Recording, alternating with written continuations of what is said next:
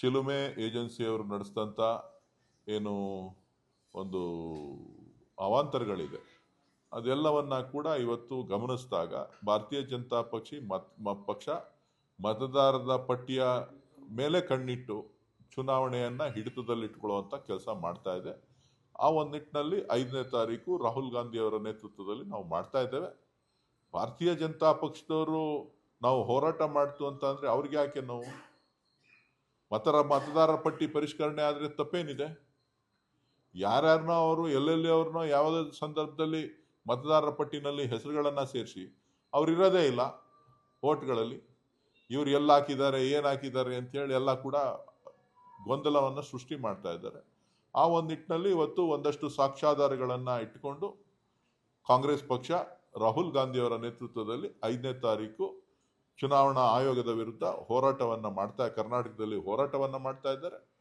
So ಆ ಹೋರಾಟದಲ್ಲಿ ಇವತ್ತು ನ್ಯಾಯಯುತವಾಗಿ ಮುಂದಿನ ದಿನಗಳಲ್ಲಿ ಮತದಾರರ ಪಟ್ಟಿ ಪರಿಷ್ಕರಣೆ ಆಗಬೇಕು.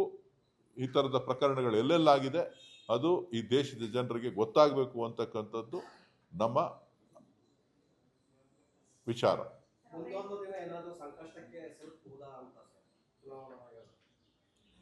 ಇದು ಹೇಳಲಿಕ್ಕೆ ಬರೋದಿಲ್ಲ. ಯಾಕೆ ಅಂತಂದರೆ ಚುನಾವಣಾ ಆಯೋಗ ಒಂದು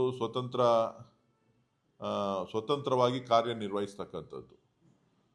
ಅವರು ಇತ್ತೀಚಿನ ದಿನಗಳಲ್ಲಿ ಒಂದು ಸರ್ಕಾರದ ಕೈಗೊಂಬೆಯಾಗಿ ಕೆಲಸ ಮಾಡ್ತಾ ಇರ್ತಕ್ಕಂಥದ್ದು ನಮ್ಮೆಲ್ಲರೂ ಕೂಡ ಆತಂಕವನ್ನು ಮೂಡಿಸಿದೆ.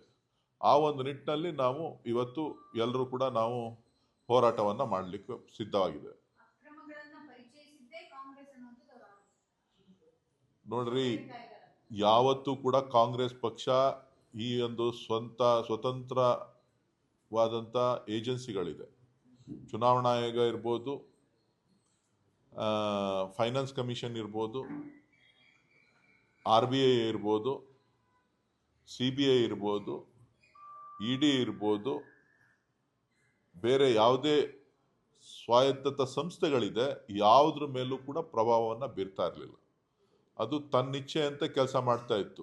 ಇವತ್ತು ಈ ಎಲ್ಲ ಸಂಸ್ಥೆಗಳು ಕೂಡ ಭಾರತೀಯ ಜನತಾ ಪಕ್ಷದ ಸರ್ಕಾರದ ಕೈಗೊಂಬೆಯಾಗಿ ಕೆಲಸ ಮಾಡ್ತಾ ಇದೆ. ಅದು ಸುಪ್ರೀಂ ಕೋರ್ಟ್ ಕೂಡ ಅನೇಕ ಬಾರಿ ಹೇಳ್ತಾನೆ ಇದೆ, ಕೆಲವೊಂದು ಸಂಸ್ಥೆಗಳ ವಿರುದ್ಧ ಯಾರ್ಯಾರು ನೀವು ಕೈಗೊಂಬೆಯಾಗಿ ಕೆಲಸ ಮಾಡಬಾರ್ದು, ಹೈಕೋರ್ಟು ಸುಪ್ರೀಂ ಕೋರ್ಟು ಹೇಳ್ತಾನೆ ಇದೆ.